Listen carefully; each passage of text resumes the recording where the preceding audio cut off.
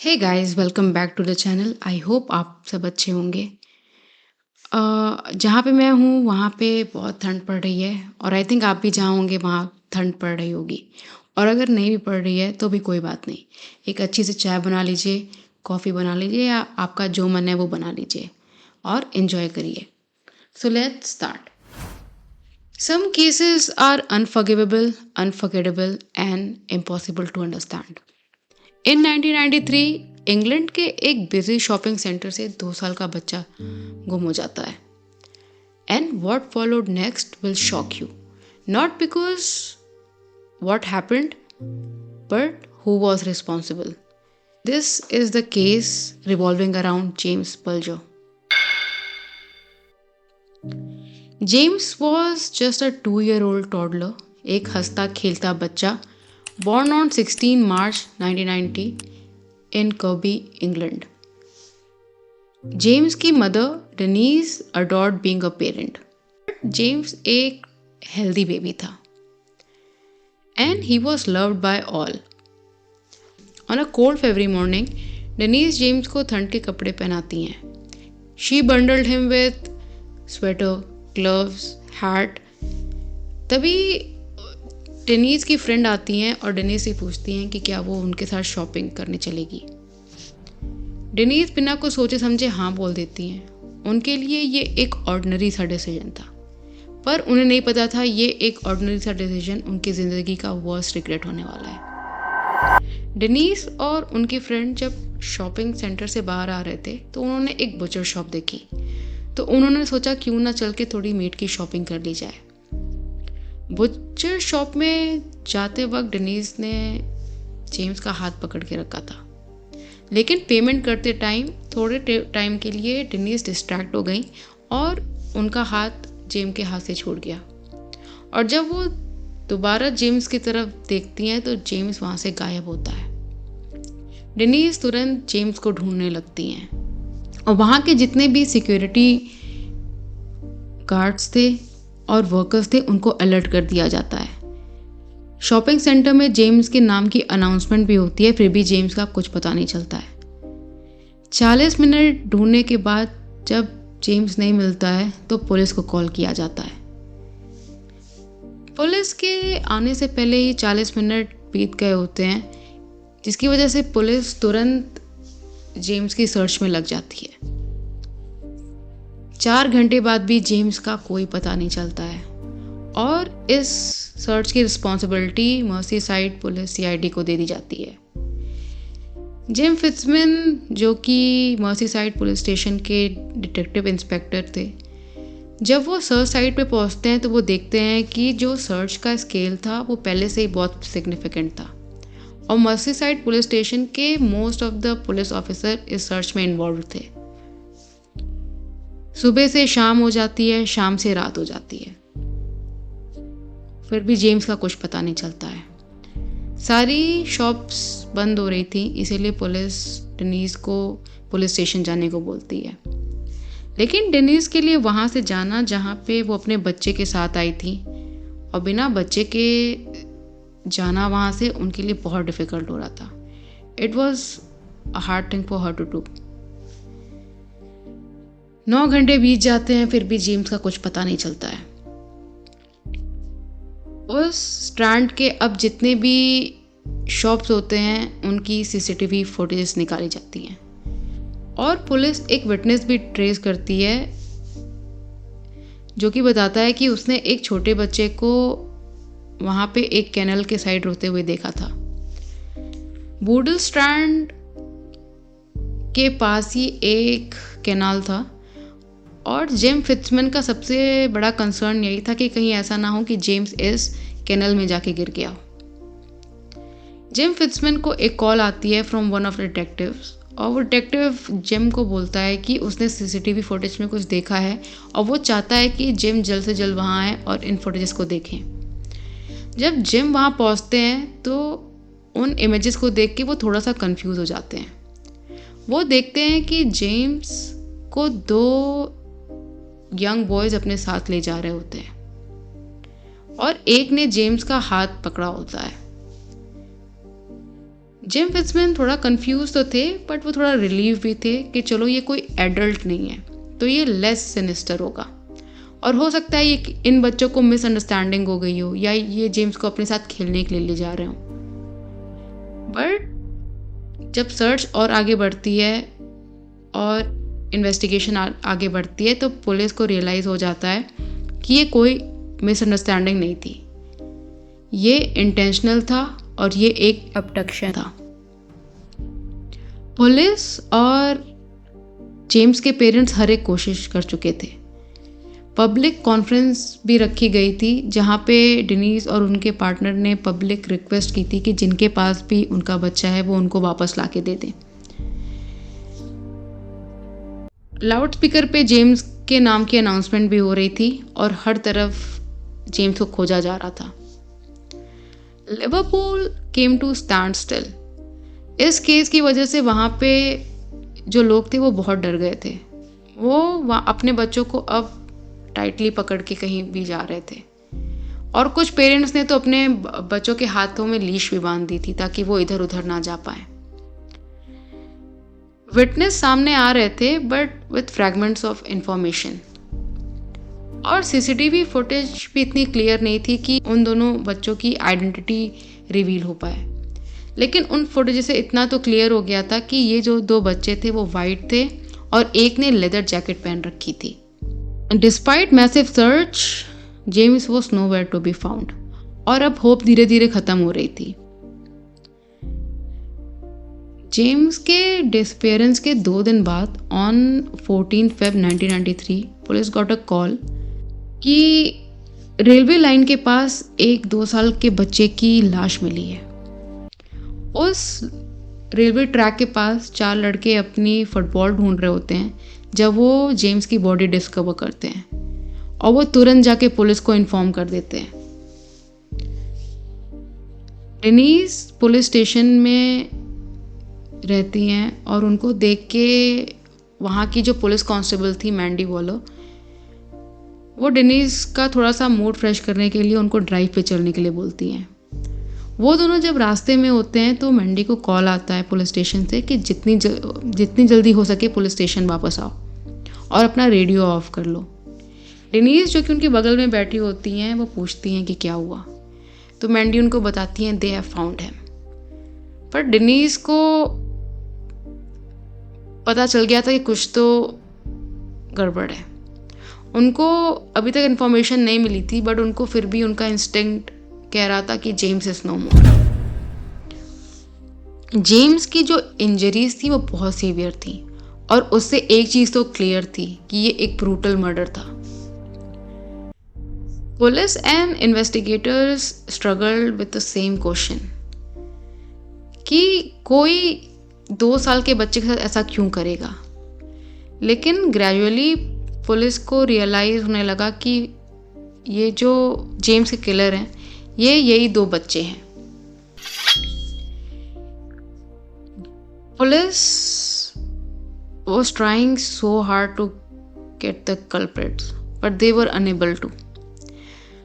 James की body मिलने के 3 दिन बाद पुलिस ने फिर से पब्लिक अपील की कि अगर जेम्स के रिगार्डिंग किसी के पास कोई भी इंफॉर्मेशन है तो वो प्लीज़ उनको आके बताएं। There was this business called AMEC, जिनका एक सीसीटीवी कैमरा उनके कार पार्किंग को कवर कर रहा था। उसने जेम्स और उन 2 लड़कों को कैप्चर किया था, और जब ये ओनर देखते हैं उस बिज़नेस के तो वो तुरंत ही पुलिस को इन्फॉर्म कर देते हैं। जब पुलिस वहाँ आती है और उन इमेजेस को चेक करती है तो वो देखती है कि वहाँ पे एक छोटी सी वॉल रहती है जिसके बगल से ये 2 बच्चे निकल रहे होते हैं, और उस छोटी वॉल की हाइट ऑब्जर्व करके पुलिस को इन 2 बच्चों की हाइट का बेंचमार्क मिल जाता है। Now instead of looking for 12 to 15 year old, police और छोटे बच्चों की सर्च में लग जाती है।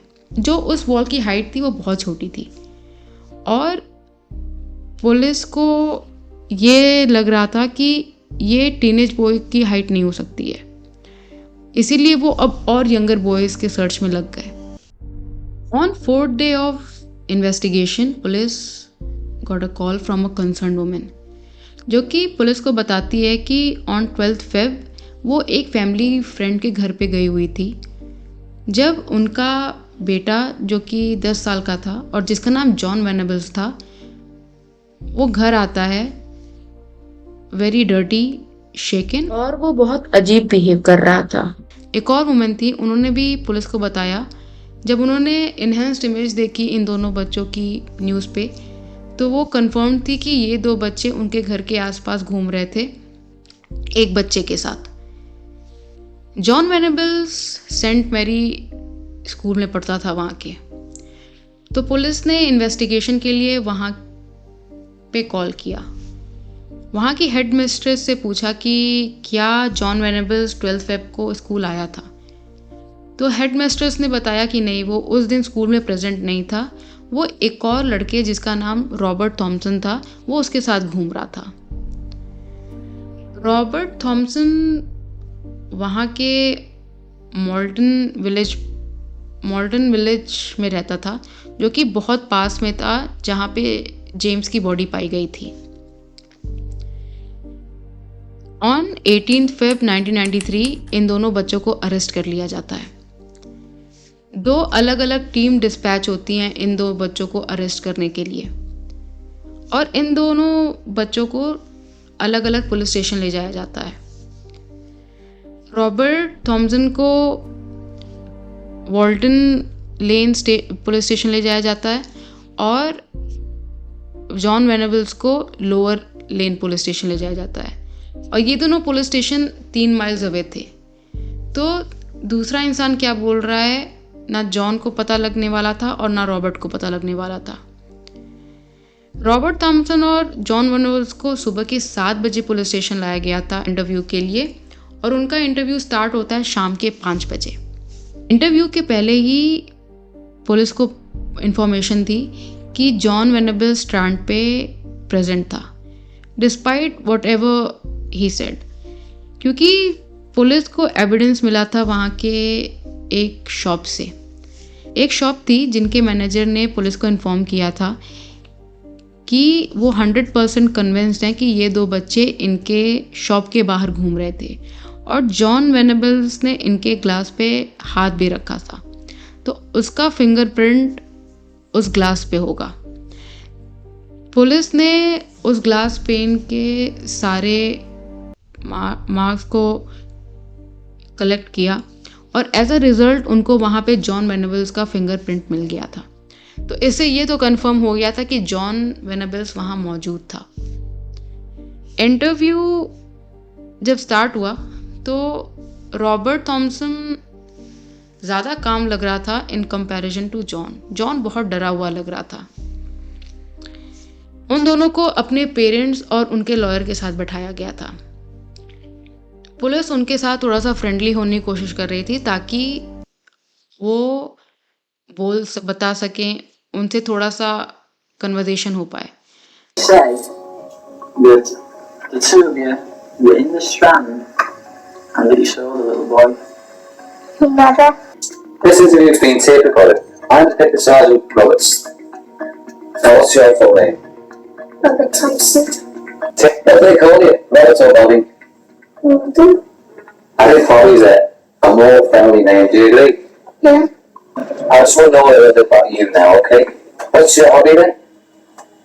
Skipping school. That's not a hobby, that's a profession, Bobby, when you're as well as you. Bobby, I came up to your house this morning, didn't I? Yeah. What did I say to you? Listen. Correct. What for? James. James, what about James? That you said on suspicion of murder. Well, very well remembered. Did you ever see him in the Strand? You shook your head again. Yeah. Bobby, was that on the day that we're talking about? Was that on this Friday? Yes. Yeah. Yeah. I'm gonna go up the escalators. Never fall through. Just on us that there's loads of. Who was he with? No. James. With mum. With his mum. He was just running around, was he, James? Yeah. Will you tell me exactly what? Slow slowly, right? Just said Claudia. And then he grabbed Sand and walked up to Sand. How did he come up to John? How did you come up to John? James. No, he was walking down the strand. Who was? James. The baby. Was he? I told him to take him back. He did what? Told him to take him back. You told him to take it back? Alright, Poppy. No, you're not getting all the blame. You're just asking your son. You're trying to plan this too. The blame. Wait a minute, Bobby. And he said that you took him by the hand and led him out of the strand shop. Remember? Calm down, I can't. Come on, look. Little James is following me up on stage. Right? We're on another picture. John, it appears as if John had hold of his hand. Yeah, why you question me and John's mouth?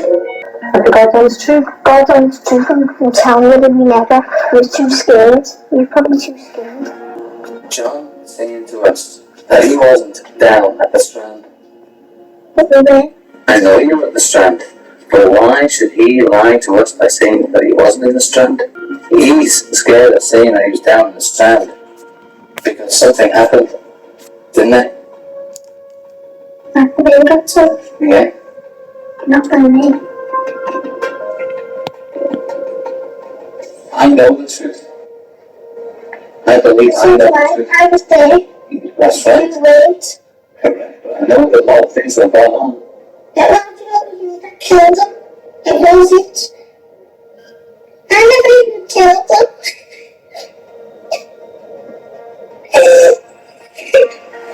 What's going on tonight? We don't know yet, we don't know yet. And I want you to tell I me. don't need to answer any more questions, do I? Hey, come on now, Bobby. That one I didn't want to kill him. I've got a baby of my own. I'm trying I to. wanted to kill a baby.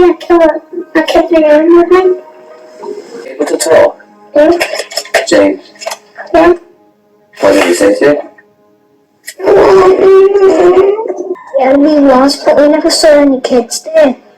We never got any kids. So you were in Brooklyn Strand. It wasn't in Bootle Strand. We never got a kid. No, we never got a kid. Would you, I must ask you not to get angry with it. I never got the boy. I never killed him. So we walked up to him and we were walking around with him and I took his hand. And whose idea was it to walk towards him? Mine. Was it? And then it was Robert's idea to kill him. A short while ago, as is detailed on your custody record out there, you had a conversation with your mum and you then requested that myself come into the room. Is that right? Yeah. And what was it you told us? I'm killing dreams. And what was it you told us? I'm killing dreams. We went outside to check him out. What for? Don't know, he said let's throw him in the water. He was just waiting and he said kneel down, let's look at the water and all that, but he wouldn't. Because when we wouldn't bend down, Robert picked him up and threw him on the floor and that's when he got his bump on his head. Show what happened. What were you gonna? Why are you taking on to Long Village? Don't know, we didn't know what to do. You walk along to where? To the train track. What's up with the answer? I started to feel excited. I didn't feel anything. Because Robert said pick up your cup and throw it and I just threw it on the floor. We certainly admitted throwing stones and things like that. But he's blaming you for a lot of things. Yeah, and Do you understand? Well, I want to know the truth, right? The whole truth. There's other things going on, isn't there?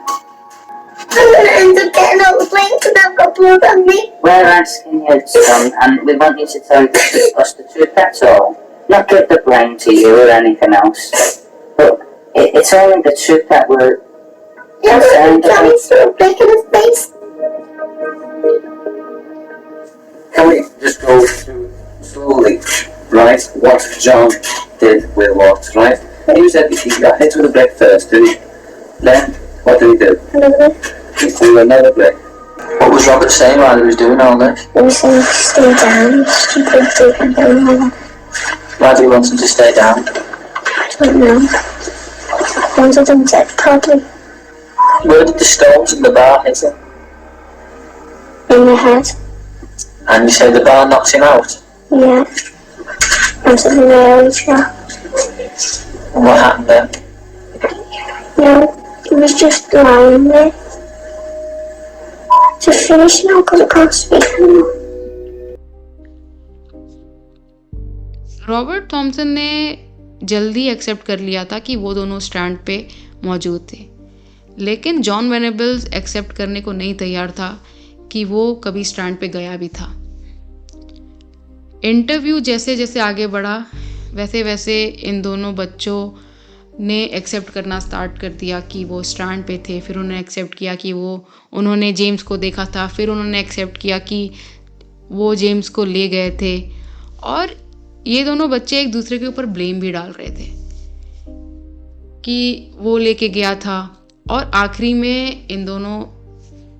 में John ने accept कर लिया कि उन्होंने ही James को मारा था। Robert Thompson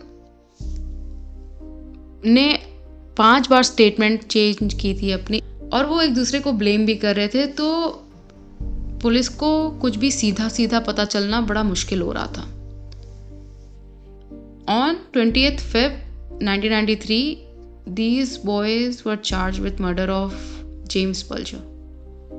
On 22 Feb 1993, the boys appeared at Sefton Magistrate Court to face their charges, but they pleaded non-guilty.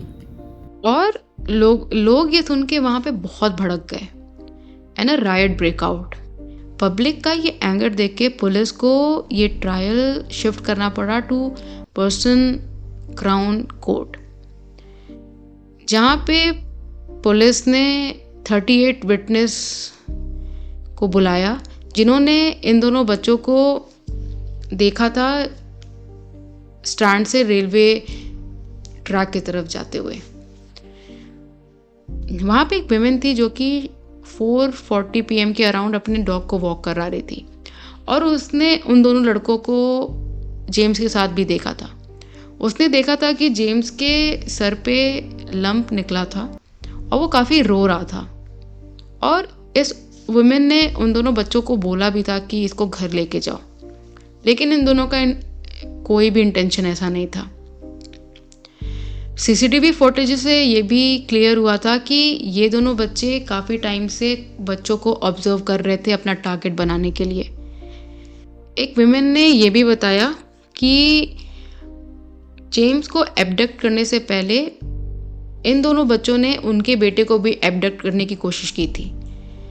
वो पेमेंट कर रही होती हैं, वो देखती हैं कि उनका बेटा और बेटी 2 बच्चों के साथ खेल रहे हैं, और वो थोड़ी देर के लिए जैसे डिस्ट्रैक्ट होती हैं वो देखती हैं कि उनका सन गायब हो जाता है।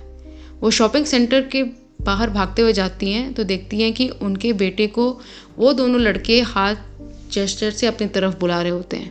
वो तुरंत अपने बेटे का नाम बुलाती हैं और उनका सन वापस आ जाता है, वरना जेम्स की जगह उनका बेटा आज इस दुनिया में नहीं होता। जॉन वेनेबल ने पुलिस को इंटरव्यू में ये भी बताया था कि जेम्स को एब्डक्ट करने से पहले वो प्लान कर रहे थे टू एब्डक्ट अ चाइल्ड जिसको वो पास के ही एक बिजी ट्रैफिक वाले रोड पे जाके ढकेल सकें और उसको मार सकें, और ये दिखा सके कि ये जो एक्सीडेंट था, जो ये उन्होंने किया है, वो एक एक्सीडेंट था, which was kind of very scary. 10 साल के बच्चों के अंदर एक ये शैतान थे अगर आप देखा जाए तो, क्योंकि इन जनरल 10 साल के बच्चे ये सब नहीं सोचते हैं। और इट वॉज वेरी टेरिफाइंग कि इनके दिमाग में ये सब आ कैसे रहा था। और सीसीटीवी कैम फुटेज से ये भी सामने आया था कि ये बच्चे उस स्ट्रैंड के शॉप से बहुत सारी चीज़ें शॉपलिफ्ट भी किए थे, जैसे कैंडीज, स्वीट्स, टॉल्स और ब्लू पेंट। फॉरेंसिक जो एविडेंस आई थी वो भी बहुत चिलिंग थी। जेम्स के फेस पे 42 इंजरीज थी, फ्रैक्चर्स थे, जब जेम्स की बॉडी पाई गई थी तो उसके लेफ्ट आई में, पैंट में, शूज़ में हर तरफ ब्लू प्रिंट लगा हुआ था। ये बच्चे उसको रेलवे लाइन तक ले गए और वहाँ पे उन्होंने जेम्स को किक किया, स्टैम्प किया और उसको पत्थरों से भी मारा था। उन्होंने जेम्स के मुंह में फोर्सफुली बैटरीज भी डालने की कोशिश की थी और फाइनली उन्होंने एक फ़िश क्रेट थी जो कि रेलवे ट्रैक के पास पड़ी थी, जो कि 10 kg की होती है, वो भी उठा के जेम्स के सर पे मारा था, जिसकी वजह से उसको स्कल फ्रैक्चर हुआ था और उसकी डेथ हो गई थी। फिर इन लोग ने उसको रेलवे ट्रैक पे सुला दिया था ताकि ऐसा लगे कि ये एक एक्सीडेंट है, और जेम्स की बॉडी के ऊपर से एक ट्रेन गई भी थी। जॉन वेनेबल्स ने जो शूज़ पहन रखे थे, उनकी जो ऊपर की अरेंजमेंट थी वो बहुत यूनिक थी। उसमें एक डी रिंग थी जहाँ से लेस बंधा होता है, उस लोहे का निशान जेम्स के फेस पे था। तो इससे पता चलता है कि जॉन ने जेम्स के चेहरे पे किक भी किया था। जो ब्लू पेंट था जो कि जेम्स के कपड़ों पे, शूज़ पे पाया गया था, वही सेम पेंट जॉन और रॉबर्ट के कपड़ों पे भी पाया गया था। रॉबर्ट थॉमसन के शूज़ में जेम्स के खून के भी निशान थे। इतना सारा एविडेंस मिलने के बाद भी पुलिस को डर था कि कहीं कोर्ट इनको सिर्फ मैनस्लॉटर का वर्डिक्ट ना दे। इनका ट्रायल 1 नवंबर 1993 को स्टार्ट हुआ था। जेम्स की मदर ने एक भी ट्रायल अटेंड नहीं किया था क्योंकि वो नहीं चाहती थी कि वो उस सेम जगह पे रहें जहाँ पे जेम्स के मर्डर प्रेजेंट थे। उन्होंने सिर्फ लास्ट डे पे कोर्ट अटेंड किया था जब वर्डिक्ट आना था। 24 नवंबर 1993 को रॉबर्ट थॉमसन और जॉन वेनेबल्स को गिल्टी पाया गया for the abduction and murder of James Bulger. दोनों को 8 साल की सज़ा मिली। ये डेनिस के लिए बहुत कम था। वो इस जजमेंट से खुश नहीं थी और उनको किसी एडल्ट जेल में नहीं भेजा गया था या किसी भी जेल में नहीं भेजा गया था। उनको भेजा गया था सिक्योर चिल्ड्रन होम में। जॉन वेनेबल्स को Red Bank children secure home में भेजा गया था और रॉबर्ट थॉमसन को Barton Moss secure children home में भेजा गया था, जहाँ पे उन्होंने अपना 8 साल पूरा किया और 2001 जून को दोनों को रिलीज़ कर दिया गया एक नई आइडेंटिटी के साथ। The funeral of James Bulger was held at Sacred Heart Church in Kirby, England. This case was sad, scary, और इस केस ने एक क्वेश्चन पूछने पे मजबूर कर दिया लोगों को कि मॉन्स्टर क्रिएट किए जाते हैं या पैदा होते हैं।